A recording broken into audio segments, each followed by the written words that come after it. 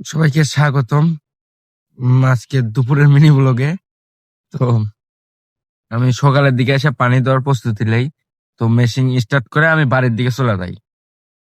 তো বন্ধ করার কথা মনে ছিল না, আইসা দেখি পুরা জমি আমার ডুবে গেছে। এখন এই হলো সেই আমার জমির অবস্থা। এখন আল্লাহ জানে কি হবে এই জমি।